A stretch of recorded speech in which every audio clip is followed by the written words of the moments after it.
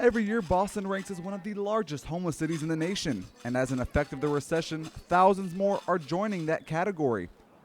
Rent prices here rank second in the U.S., just behind New York City, creating the biggest obstacle for poverty-stricken residents: housing. 23-year-old Latricia Grant just had her first child, a baby boy. Classified as a homeless single mom, the state government set her up in this one-bed, one-bath temporary apartment, where she awaits a phone call for a move into permanent housing. It's hard. I mean, it was hard before, just living my life before. I've always been in a rough situation, but it's harder with a kid. Yeah, I wish I had a little bit more to give him. But I still need a lot for him. I don't even have a stroller yet. I just need a lot. It's hard. Doing it by yourself, it's really hard.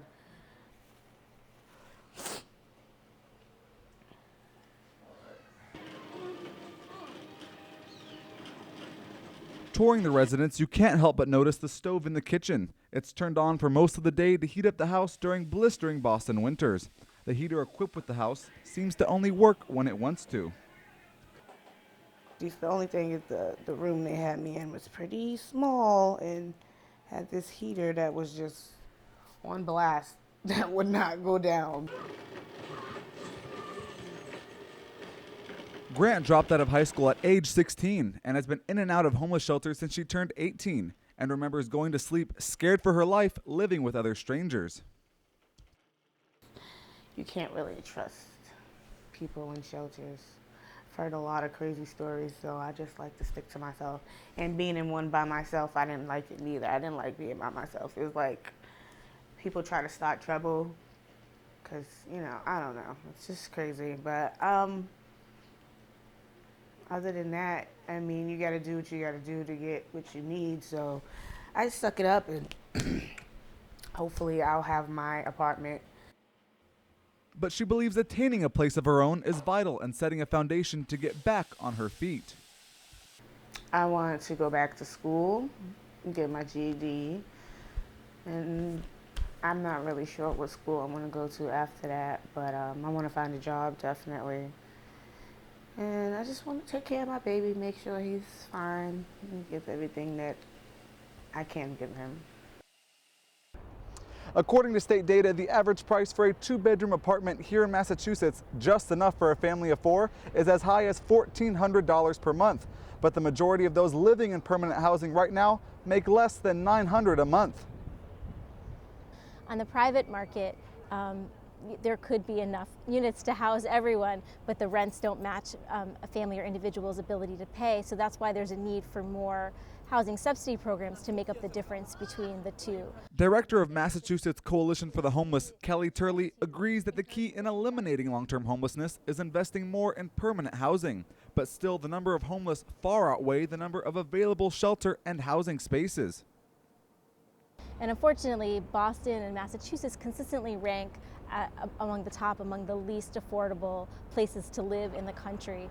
And I believe that the most recent report shows that a minimum wage worker in Boston would have to work 130 hours each week in order to afford a fair market rent, two-bedroom apartment in Boston and still pay for other basic needs. But for those already in shelters, investing in permanent housing will save taxpayers more than double the money the state government is currently spending to house families in emergency shelters. But on the family side, we see that the state is spending about $3,000 per month per family to keep a family in shelter. And for $1,000 a month, $1,200 a month, we'd be able to provide those same households with a housing subsidy to help them exit shelter and move into affordable housing. Even more important is the social stigma around the term homeless, especially for young homeless children, many of whom have grown up under desperate circumstances and fallen significantly behind their peers in school. Our effort really is to help them catch up in terms of their linguistic and social emotional skills, their developmental skills. Very often when they come to us and they are behind their peers when it comes to their ability to talk, to walk, our goal here is to really work with them very closely to make sure that they are catching up in all of those areas. Colette O'Neill, Communications Director at Horizons for Homeless Children, sees many kids come in and out of their doors each year, but her biggest frustration is the high number of children with no access to these programs, and it has everything to do with housing. The fact that there are wait lists trying to get into shelter, the fact that we can't reach out to those kids because they're not in shelter, that's obviously a challenge, absolutely. These kids need to be in a sturdy, stable environment, and very often what's happening is that they are couch surfing with their parents, on couches and futons of friends and families in their homes. There are families living in cars. It's extreme. It's very extreme. No matter who you are, or what you look like, or where you come from, every child can learn. President Obama came to visit local Boston schools, promoting education in low-income areas. It's a science fiction book because I've been reading books by an author named Isaac Asimov, and he's really inspired me to write a book, so I've started writing it. But it's a different case for many homeless children, as they'll never get a shot at normal childhood dreams, like writing a novel or becoming the president.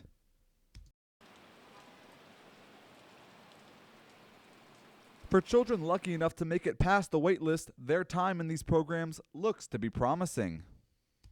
There's one example where a woman who had a child in our program about 10 years ago came back to speak at one of our largest fundraising events about 2 years ago, and is has a scholarship to one of the leading universities in the country, is working in the field to try and give back to families who are underserved or who are less fortunate. They are thriving. They've come full circle, and it's been fabulous to watch that. To be able to join clubs at school, to be able to have that stability, we see that children are just excelling in school and feeling more self-confidence and being able to kind of shed the stigma of homelessness. As for Latricia and her son Aking, she desperately wants to get back to a normal life and is hopeful for an alternative outcome.